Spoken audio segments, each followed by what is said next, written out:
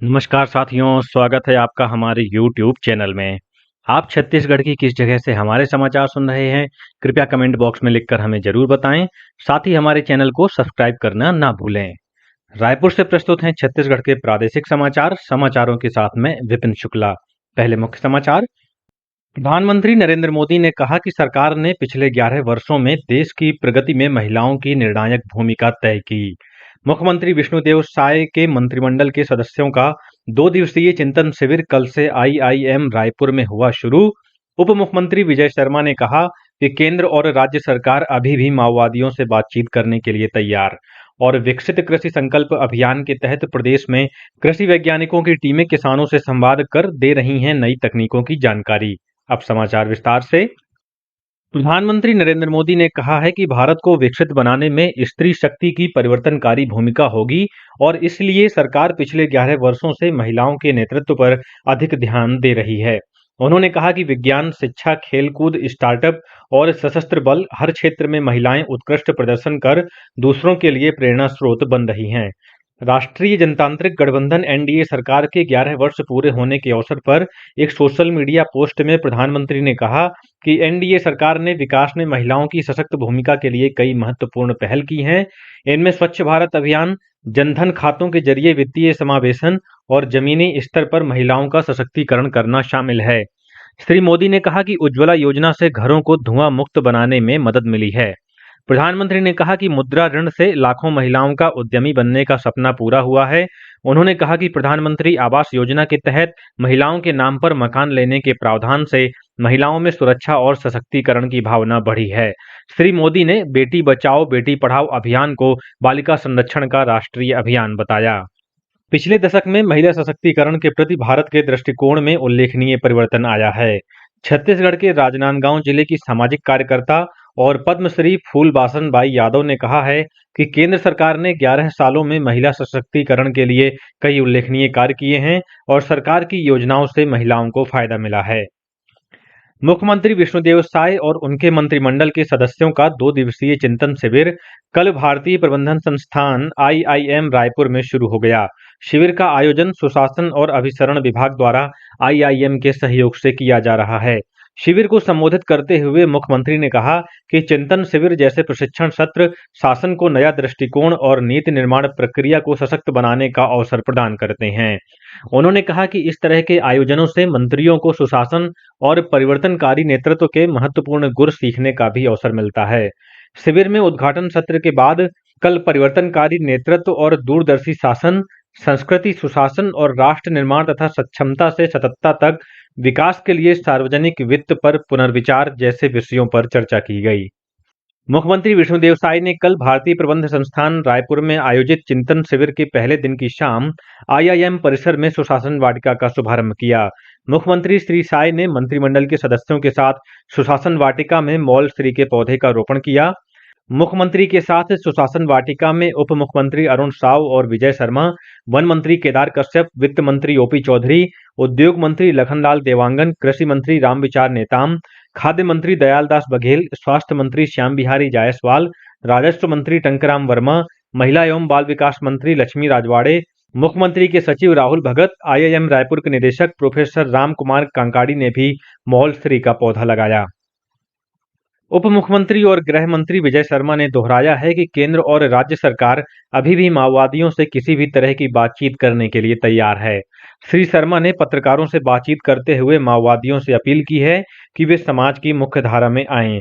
उन्होंने कहा कि छत्तीसगढ़ सरकार माओवाद के उन्मूलन के लिए प्रधानमंत्री और केंद्रीय गृह मंत्री के मार्गदर्शन में काम कर रही है। प्रतिष्ठित ऑक्सीयोम 4 मिशन कल मंगलवार को सुबह 8:22 पर नासा के केनेडी अंतरिक्ष केंद्र से छोड़ा जाएगा। ये ऐतिहासिक मिशन अमेरिका, भारत, पोलैंड और हंगरी के 4 अंतरिक्ष यात्रियों को अंतरराष्ट्रीय अंतरिक्ष केंद्र ले जाएगा। ये अंतरिक्ष यात्री पृथ्वी की निचली कक्षा में 14 दिन तक वैज्ञानिक अभियान पर रहेंगे। 4 अंतरिक्ष यात्रियों में भारत के शुभांशु शुक्ला भी हैं। श्री शुक्ला भारत की ओर से अंतरिक्ष में जाने वाले दूसरे यात्री होंगे। इससे पहले वर्ष 1984 के मिशन में राकेश शर्मा अंतरिक्ष यात्री थे। ऑक्सीओम 4 मिशन नासा और भारतीय अंतरिक्ष अनुसंधान संगठन तथा अन्य देशों की अंतरिक्ष एजेंसियों के बीच भागीदारी को और मजबूत करेगा। इससे अंतरिक्ष में नई संभावनाओं के द्वार खुलेंगे। केंद्रीय कृषि मंत्री शिवराज सिंह चौहान ने कहा है कि कृषि क्षेत्र के विकास के लिए आसानी से उगाए जा सकने वाले फलों और फसलों की ओर ध्यान देना जरूरी है। कल बेंगलुरु में उन्होंने विकसित कृषि संकल्प अभियान के एक कार्यक्रम में कहा कि ड्रैगन फ्रूट की खेती के लिए खाद ही पर्याप्त होती है। श्री चौहान ने बताया कि ड्रैगन फ्रूट कैक्टस परिवार का है और उसकी उत्पादन लागत कम होती है। विकसित कृषि संकल्प अभियान के तहत इन दिनों छत्तीसगढ़ में भी विभिन्न स्थानों पर कृषि वैज्ञानिकों की टीम किसानों से सीधा संवाद कर रही है और उन्हें खेती किसानी की नई तकनीकों के बारे में जानकारी दे रही है। कृषि मंत्री रामविचार नेताम कल सरगुजा के विकास खंड उदयपुर के ग्राम उदयपुर में आयोजित विकसित कृषि संकल्प अभियान के अंतर्गत आयोजित कार्यक्रम में शामिल हुए। इस मौके पर उन्होंने किसानों से अपील की कि वे कृषि में वैज्ञानिक तरीकों और उन्नत तकनीकों को अपनाएं। कार्यक्रम में किसानों को बीज वितरित किया गया। इस बीच विकसित कृषि संकल्प अभियान के तहत कृषि वैज्ञानिकों की टीम कल रायपुर जिले के आरंग विकास खंड के खौली और कोसरंगी गांव पहुंची।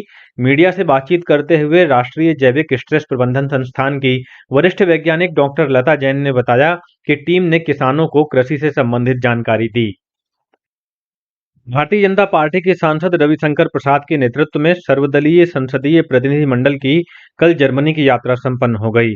इस दौरान जर्मनी के शीर्ष राजनीतिक नेतृत्व, नीति निर्माताओं और विचारकों को आतंकवाद के खिलाफ भारत के दृढ़ और सैद्धांतिक रुख की विस्तार पूर्वक जानकारी दी गई। प्रतिनिधिमंडल ने बर्लिन में जर्मन सरकार और संसद के वरिष्ठ प्रतिनिधियों से मुलाकात की और उन्हें आतंकवाद के खिलाफ शून्य कतई बर्दाश्त न करने की नीति के भारत के सैद्धांतिक रुख और सीमा पार आतंकवाद से निपटने की अपनी रणनीति से अवगत कराया। प्रतिनिधिमंडल ने जर्मनी के सांसदों और वार्ताकारों को ऑपरेशन सिंदूर के बारे में भी जानकारी दी। मुख्यमंत्री विष्णुदेव साय ने कहा है कि आम की खेती किसानों की आय बढ़ाने की दृष्टि से काफी महत्वपूर्ण है। किसान जितने ज्यादा आम के पौधे लगाएंगे उतना ही ज्यादा फायदा होगा। मुख्यमंत्री कल राजधानी रायपुर के इंदिरा गांधी कृषि विश्वविद्यालय में आयोजित राष्ट्रीय आम महोत्सव को संबोधित कर रहे थे। मुख्यमंत्री ने कहा कि ऐसे उत्सवों से फलों और उद्यानिकी फसलों की खेती करने वाले किसानों को प्रोत्साहन मिलेगा। इस अवसर पर मुख्यमंत्री ने प्रदर्शनी का भी अवलोकन किया। उन्होंने इंदिरा गांधी कृषि विश्वविद्यालय के न्यूज लेटर का भी विमोचन किया। समारोह की अध्यक्षता इंदिरा गांधी कृषि विश्वविद्यालय के कुलपति डॉक्टर गिरीश चंदेल ने की। और अब पेश है मौसम का हाल। आगामी 24 घंटों के दौरान प्रदेश में एक दो स्थानों पर हल्की वर्षा और गरज चमक के साथ छींटे पड़ने की संभावना है। वहीं मौसम विभाग ने एक दो स्थानों पर अंधड़ चलने और आकाशीय बिजली गिरने की भी चेतावनी दी है। मौसम विज्ञानी एचपी चंद्रा ने बताया कि अगले 2-3 दिनों के भीतर प्रदेश के तापमान में लगातार वृद्धि होने के भी आसार हैं। और अब कुछ अन्य समाचार संक्षेप में। महासमुंद जिले के बागबाहरा थाने में गोली चलने के मामले में पुलिस ने पर्यटन मंडल के पूर्व सदस्य और कांग्रेस नेता अंकित बागबाहरा को गिरफ्तार कर लिया है। दुर्ग जिले के वैशाली नगर थाना क्षेत्र के अंतर्गत कोहका भिलाई में प्रॉपर्टी डीलर से लगभग 1,30,00,000 रुपए ठगी करने के मामले में एक ट्रेडर्स कंपनी के 4 संचालकों के खिलाफ मामला दर्ज किया गया है। कबीरधाम जिले के तरेगांव पुलिस ने पशु तस्करी के मामले में 6 आरोपियों को मछली देवार जंगल के पास से गिरफ्तार किया है। और हरियाणा के रोहतक में 9 से 14 जून तक आयोजित राष्ट्रीय म्यू थाई चैंपियनशिप में भाग लेने के लिए छत्तीसगढ़ के 51 खिलाड़ियों और 9 अधिकारियों का दल कल रवाना हो गया। इसी के साथ रायपुर से प्रसारित छत्तीसगढ़ के समाचारों का ये बुलेटिन समाप्त हुआ। नमस्कार।